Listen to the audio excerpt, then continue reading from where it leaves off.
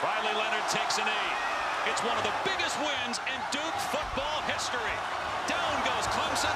The Devils win it 28-7. Going to have some fun tonight in Durham, Mr. Pash.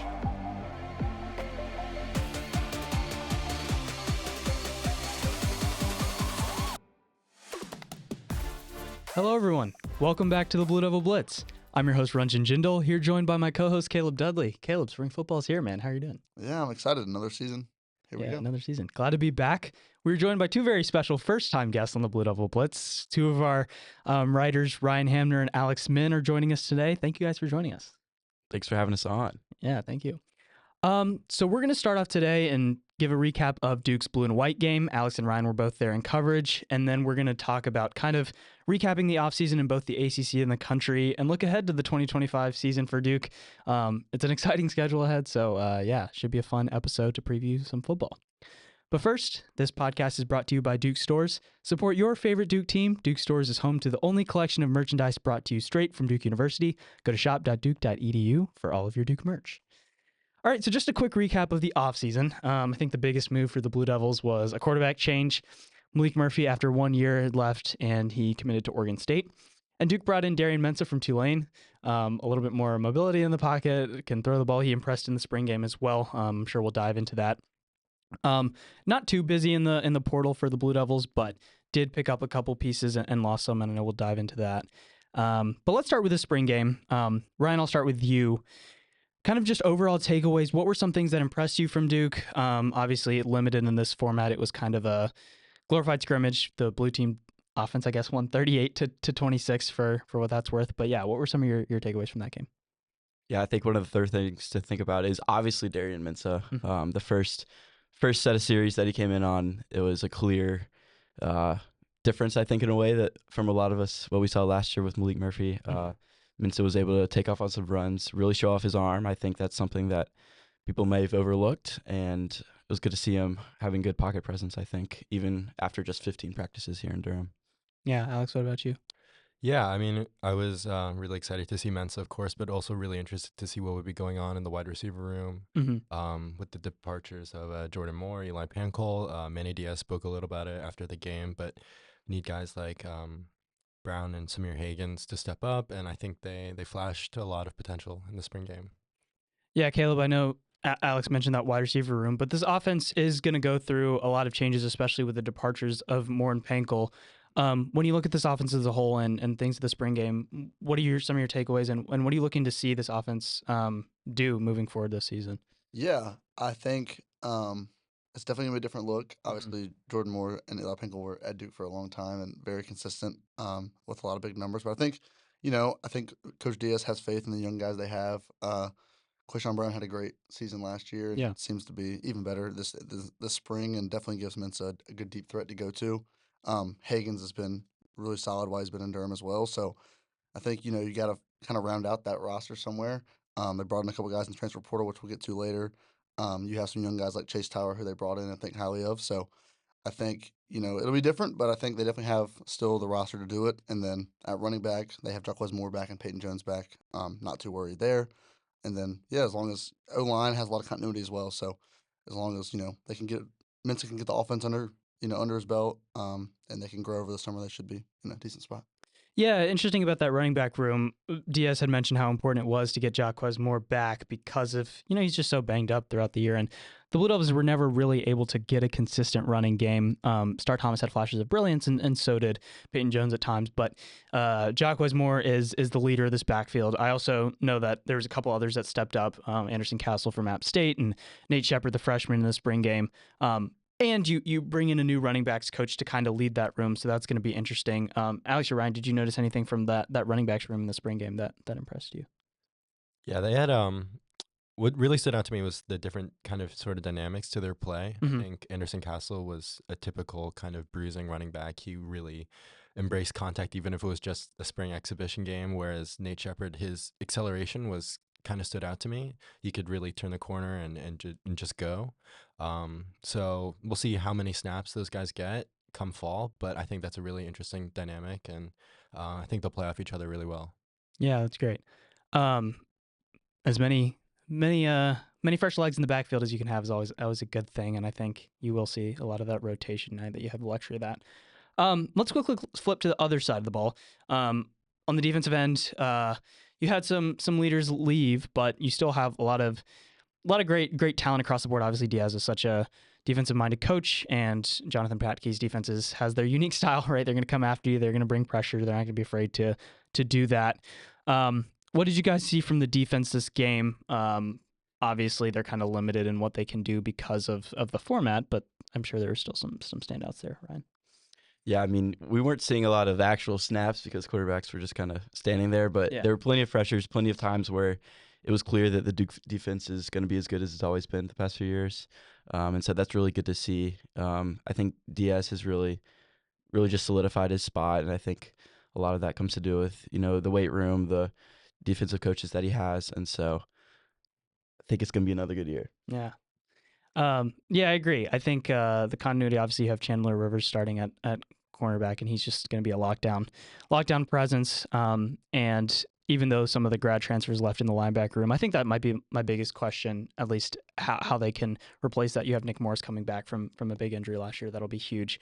But there was some just veteran talent on the front seven specifically that's gone. So I'm curious to see how Diaz replaces it. But, if you have leaders like that, like Rivers, that'll be awesome. I don't know. Caleb, what are some of your thoughts on this defense coming into this year? Yeah, I think you're right. I think it's kind of a mix of guys coming back, and then they added some big starter pieces as well.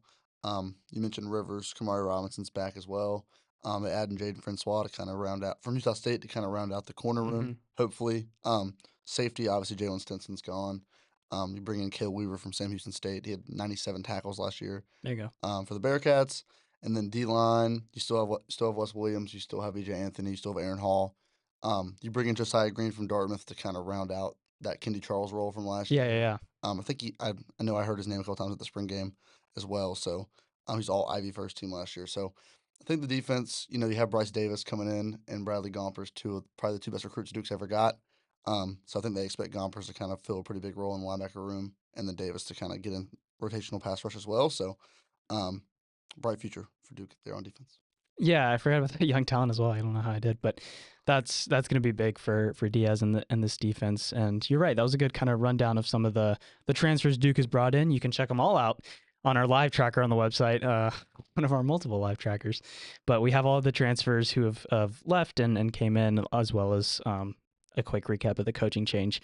Willie Simmons did get hired to be the head coach at Florida International, which will be a great opportunity for a phenomenal leader. So that'll be great for him. And then Chris Foster was the one that I mentioned who Diaz had hired to lead the running back room.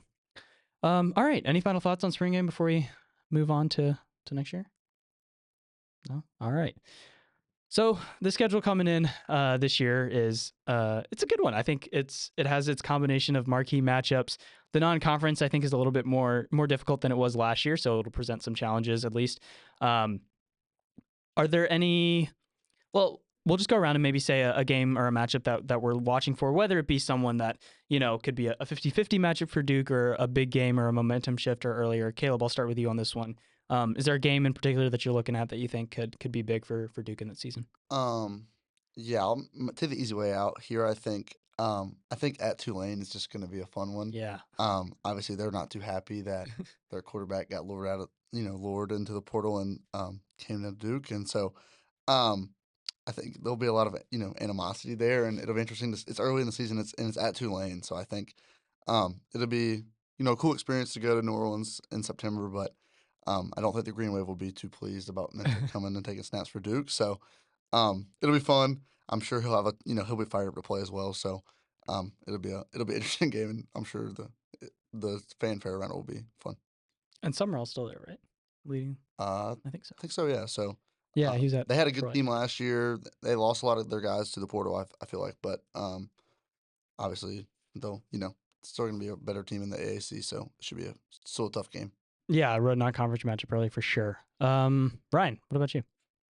One thing I am actually really excited for, in a way, although it's going to be really difficult, is going to Syracuse and then to Cal in back-to-back weeks, fairly early in the season. This will be Duke's first taste on the West Coast. We didn't play any of the West Coast ACC teams last year, and so I really think that's going to be a big test. Maybe it's not something that is going to be too big, but playing in Syracuse is always pretty tough, I think. And then going to Cal just in back-to-back weeks on the road, surely it's going to be something tricky. Yeah, that's a great point. I didn't realize that. Yeah. It's back-to-back, and the ACC here has now become that's as far both as far as you can go. Syracuse to Yep. Cal is as far as you can go. Back-to-back Yeah, weeks. that's funny. But they have a bye week right after that. Yeah, that's a big stretch, and like both of those teams are like have points of talent. Obviously, Cal lost both Mendoza and Jay Knott, which is tough, but they still have some confidence from last year, the success they were able to do, and Syracuse even more with what Fran Brown did in his first year. That's going to be a test regardless, and just playing in the Carrier Dome is a crazy experience anyway. Just with the environment and the atmosphere and just being inside and all that, it's something to take in, and teams can fall prey to it. Miami lost in the last regular season game last year, and Clemson to the ACC champion. They're definitely building under Fran, and they had a great year. So I think, they're definitely. I think they'll be definitely top half of the ACC. Another tough out again this year. They were Caleb's sleeper last year. He'll tell you that. Yeah, Good call. Yeah. All right, Alex. What about you, man? I'm also gonna make a bit of an easy pick. I'm just gonna say nothing's easy. North Carolina in late November. Yeah. As someone who grew up watching Bill Belichick teams, it's kind of hard to imagine still, or even fully think about Bill Belichick coaching a college football team, a bunch of teenagers and 20-something-year-old guys. I think I'm just excited to see what that's going to look like throughout the year, and it's going to be a great coaching matchup. Manny Diaz versus Bill Belichick, and it potentially could have major implications for ACC late in the season. Yeah, I'm curious about that. Tell me a little bit more about what you think about that hire, because I feel like, obviously, for people who don't know, Alex is a Patriots fan, and he's watched Bill Belichick. Do you think it's going to work out? Is it kind of like it could go really well or really poorly? I don't know. What are your thoughts on just this hire as a whole? I gotta say, when I first heard about the hire, or at least the rumors, I just was telling my friends back home, I was like, there's just no way this is gonna happen. This is kind of like everything he's against. Yeah. A bunch of college kids looking for NIL money, especially in the new college landscape today. You seem like he's really good friends with Nick Saban, and obviously Nick Saban has spoke extensively about his dislike for what college football has become, especially in the transfer portal and NIL. But I don't know. I think Belichick is obviously, to me, the greatest coach of all time. So I'm not really going to doubt what he can do with the football program. And I think he's obviously going to be a great mentor to a lot of these kids. I just don't know how long it will last. Yeah, that's a great point. I think if Mac Johnson is like the presumable starting They also quarterback. brought in this week. They brought in I think his name is Gio Lopez. Yep, from South Alabama. I think. Oh, right. To start him. So They're expecting to start. Okay. maybe they'll have a battle in camp, but I think he's presumed to be the starter in 2025. Yeah, I guess that's just the quarterback question there for them, because obviously Belichick's a great coach, but what can he do there? I'm looking at Lopez's stats right now. He's putting good numbers. I think Max Johnson is still pretty talented. The problem is he's just coming off that rough injury. He's kind of like It's brutal. Yeah, it's a brutal injury for him, and I don't know. I think he's not good enough to elevate them to the levels of quarterback play that North Carolina has had in recent years. So I think it's going to be tough task, but I do think, yeah, you're right, Alex. You can't doubt Bill Belichick there.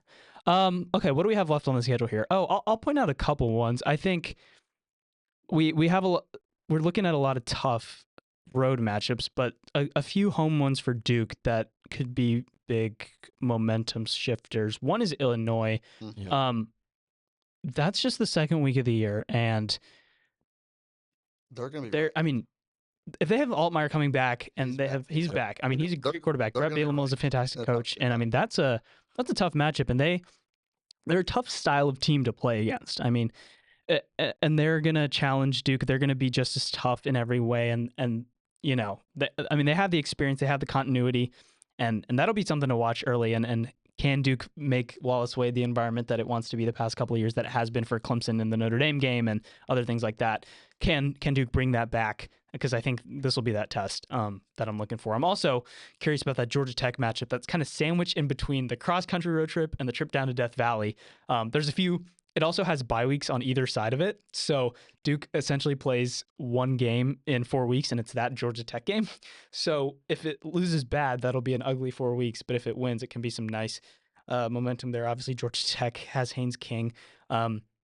who was banged up for a good portion of the season, but still fought through it because he's so tough. But Caleb and I were down there in Atlanta for a kind of a game that and Ryan was there. Ryan was there in the stands. Yeah, we were watching. A game that the score doesn't really tell the full story in the sense that Georgia Tech just kind of was able to get 5-yard, 6-yard screens and runs on every single play and just kind of moved down the field a lot. Duke had some nice red zone stops and a couple possessions in that second half. Duke was able to stop the offense, but at least to start, Georgia Tech's offense was just incredible, and they still have so many playmakers. They lost a few, but Haynes King is dominant. So I'm watching out for that game. That should be an interesting one. And is Jamal Haynes back for them too, right?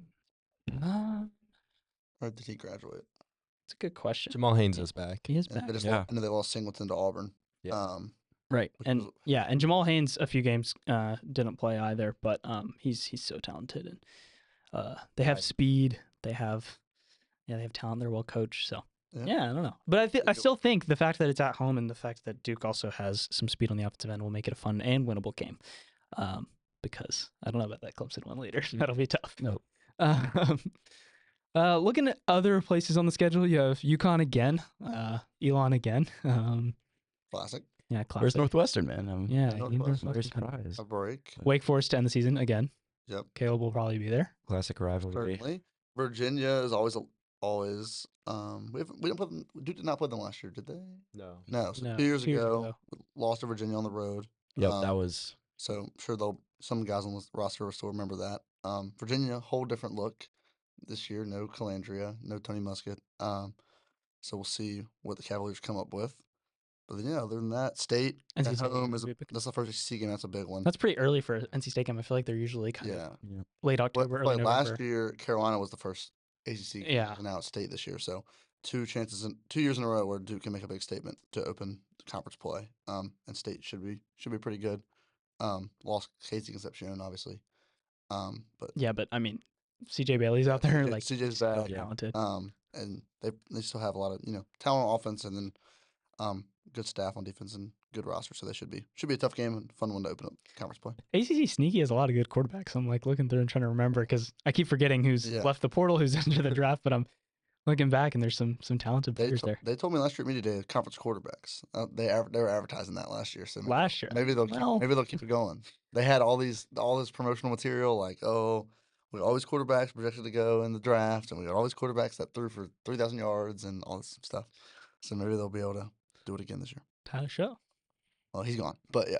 Well, I was talking. I think that's his point. So I think I think we can, if we want to go to that, is Carson Beck is at Miami now. Yeah, that's a big move. I think Miami's finally had, like last year, they had the line and the presence up front to kind of combat some of the issues they've had in the past few years, and I think they'll continue that. I think for all the criticism Mario Cristobal gets for his late game decisions, he can recruit and he can bring in talent and he can coach. Maybe with the exception of the last 60 seconds of a game, he can coach very well. And I think Carson Beck is going to flourish in that system. I think with the receivers and with the line, I think and the new change of scenery, I think he'll be good. I think people kind of forget how talented he can be at times. So I think that'll be a big move. Yep. And then you've got, I'm trying to think. Yeah, Castellanos went from Boston College to Florida State. That's another big one. Florida State looking to Alex, what do you think about that one? Castellanos, BC, man. I know that he was getting a lot of buzz in Chestnut Hill early last season, but kind of faded. I mean, they started out hot, right? Yeah. I mean, 4 or 5. Yeah, it was like 5. They beat Florida State. Big one, but that didn't prove to be. And then he ended up sitting. Then he ended up. There was a weird. Getting out. He had a weird. But I think Florida State's trying to get back to relevance after the disaster they had last year. He's definitely a step in the right direction. I think there. It's dynamic. Yeah, another transfer I want to say is Miller Moss going to Louisville. I feel like they've had. I don't think he's going to be as good as Tyler Shough was, just because I thought he was phenomenal last year. But I think Miller Moss will provide some sort of. He brings a kind of confidence to him. He can throw the ball. He's good arm talent. He sometimes is more. He can throw the deep ball. Sometimes is not as consistent in every throw he makes, but he's talented for sure and is coming off a great system. He had a great coach. Obviously, Lincoln Riley knows quarterbacks well, and I think Jeff Brom has done a great job in the portal surrounding him with talent, and I think that's puts Louisville in the conversation of top 4 again in the ACC. I mean, and can challenge Clemson, SMU, the likes for the title. Yeah, and I do think you kind of see Louisville's strategy seems to be, hey, let's get a transfer for 1 year and ride out at quarterback. They've done it 3 years in a row now with Plummer, Shuck, and now Miller Moss, and it's worked pretty well for them so far. And so I think, no reason to think it won't work again this year. And Moss is definitely very talented. So, yeah, he should be again, have some good quarterback play. Should be fun to watch. Yeah. They all fall short of Cade Klubnik and Kelvin Jennings, though. I mean, those guys have been just by far like outstanding players, I think, and it's going to be good to see them for another year. I think that's going to be the 2-horse race for the title again this year. Yeah, I mean, talking about Cade coming in back, he's returning pretty much everyone on that offense, and you bring in another transfer wide receiver, Tristan Smith, and you have Tyler Brown, Antonio Williams, and Bryant Westco and TJ Moore, and then running back room is going to be a little bit different. That's the one thing, but I think this is probably the most talented Clemson team that they've had since A sneaky one. I don't think they're being talked about enough, honestly. since 2018, 2019 year. Not as talented as that Gosh. team, All right? right, let's get back to Duke. I'm just saying. Right? I will say, though, Mensa is going to be solidifying himself in the top half, top third even probably of the league. We were talking to him after the game, and he's a competitor. Who do he model himself after, Alex? He said he was modeling his game after CJ Stroud, which is nice to hear. Yeah. And you know what? I feel like he showed a little bit of that in the spring game, although it was against, maybe not the defense going at full, but nice mobility in the pocket, which is a welcome sight to see for any Duke football fan. So, yeah. I think it definitely. I mean, I think we've talked about it here, but I think it is underrated to say like he was the top rated portal prospect when he committed to Duke, and he is a legit NFL draft prospect for next year. And the rumors that he got this outstanding sum of money from Duke, whether what spectrum of truth that is, he's the highest profile person that Duke's got since the transfer portal kind of became a thing, and it'll be interesting to see how it works out. But I think Duke fans should be really excited, and he's definitely should bring a lot of juice to the offense. Yeah, I agree. I mean, I think he's a phenomenal quarterback. I'm just really watching to see he did a good job taking care of the ball last year, but sometimes when he played those Power 5 competitions, his accuracy kind of went down a little bit. Obviously, that might have to do with the pressure he faced and the caliber of defensive backs he's facing, but that's going to be the type of teams he's playing week in and week out this season. So can he increase that accuracy in those games, because his talent is there, his mobility is there, and I think he's a pretty good decision maker across the board. And it seems like he's having some continuity with some of these receivers, which is good, especially coming into a new place. And so, can he lead the locker room? Can he do that? We'll see. But he definitely has the talent. And I will say, I do think he's going to be challenged by, I think Henry Beelan being fully healthy is important. Like last year, he was kind of dealing with some shoulder things, so. You might throw in Henry Beelan there a couple plays or something like that, or make some passages for him. But I think Beelan is also a quality quarterback who can, if anything happens, we don't want that to happen, but if it does, he can step in nicely. Yeah, I mean, aside from it just being 15 practices in, if you went in blind, not necessarily knowing that, they were rotating through Beelan, Mensa, and Dan Mahan, the freshman, pretty frequently. Pretty much every series they had a new quarterback out there, and I think that was something I found pretty interesting. I obviously is really my first spring game, kind of taking a look at the team, but I kind of expected Mensa to play more, I think. And obviously, again, that is only 15 practices, but it was pretty cool to see Duke having 3 very capable quarterbacks, because all 3 of them did play pretty well, even Mahan as a freshman. So. Yeah. Depth is always good. I don't know. I think we covered it there.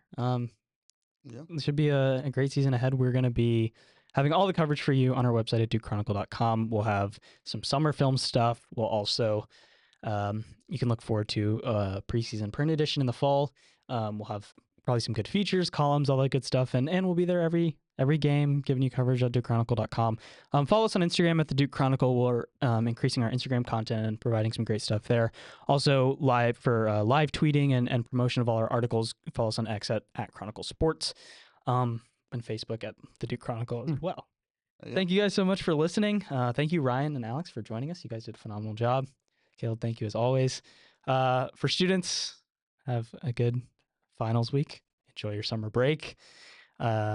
watch some football. Well, I don't know what you're watching. Watch some NFL draft. NFL draft. Today Yeah, we're recording this Saturday morning.